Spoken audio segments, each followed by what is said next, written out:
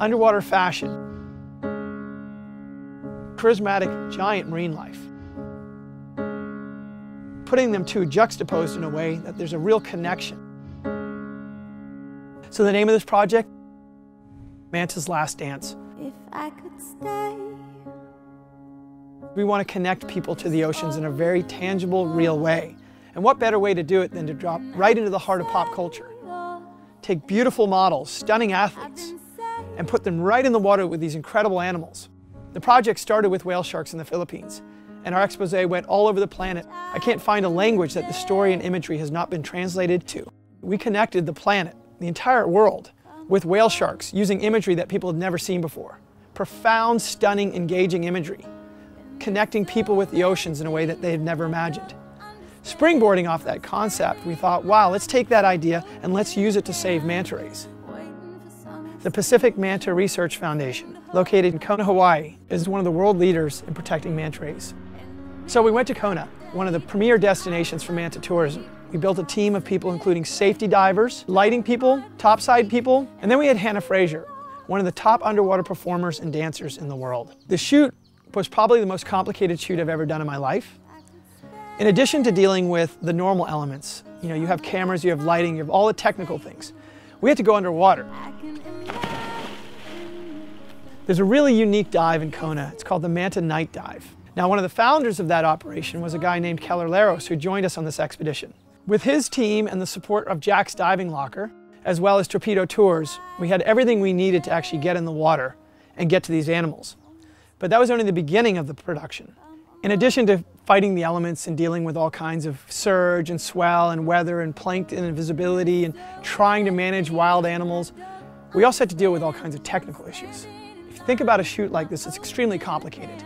We're doing all kinds of multi-directional lighting using extremely bright lights. We have these Light in Motion Sola 4000s. I think combined, we had 80,000 lumens of light pouring down from 4 different directions to light up this scene. And that required 4 lighters because we can't set up tripods in a surging ocean environment. Anything that you would do in a studio requires a person to do that. I worked directly with our buddies at Backscatter to make sure that we had multiple redundancy. We had at least 3 or 4 underwater cameras, Nauticam systems, set up with different focal point lenses. We had Trey Packard from Pangea Seed as our safety diver with an extra long air supplies hose. And we had signals, we had lighting holding off the hoses. We had a bubbling technique so that she could locate the regulator. She would let go, dance for a minute or so, and then reach for air, and he had to be there.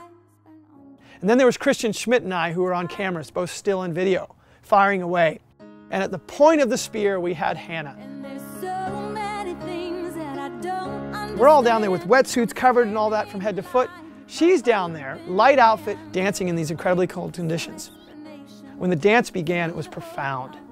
She would literally look like a perfect ballet dancer. But when the mantis showed up, the story went to a whole new level.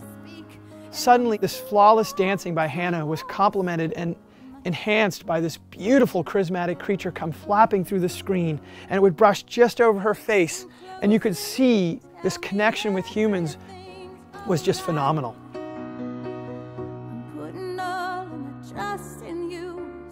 Why are we doing this whole shoot? It's a really important question. In March there's a meeting under the United Nations called the Convention on International Trade in Endangered Species, CITES. And in that meeting, 177 nations from around the world meet and vote on whether to protect species from international exploitation. Things like rhinos and elephants fall under that category, as do tigers. We have now proposed, working with Ecuador, Colombia, and Brazil, that manta rays be listed for protection at CITES. After that meeting, it's another 3 years before that body meets. And it's not just any body, it's the only international convention with binding provisions that nations need to abide by that are members of it.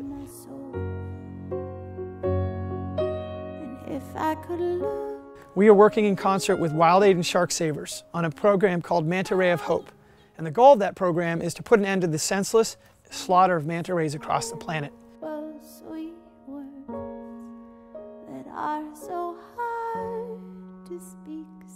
Unfortunately, the quest to save mantas isn't as easy as one might imagine. These are harmless animals, they have no stinger, they have no teeth, they're friendly, sociable, highly intelligent, beautiful, graceful creatures. But the fact is, the world doesn't actually know what manta rays are. Many think of manta rays as giant stingrays, dangerous animals like the stingray that killed Steve Irwin. These animals are beautiful, graceful, vulnerable creatures. They need our help and they need our protection.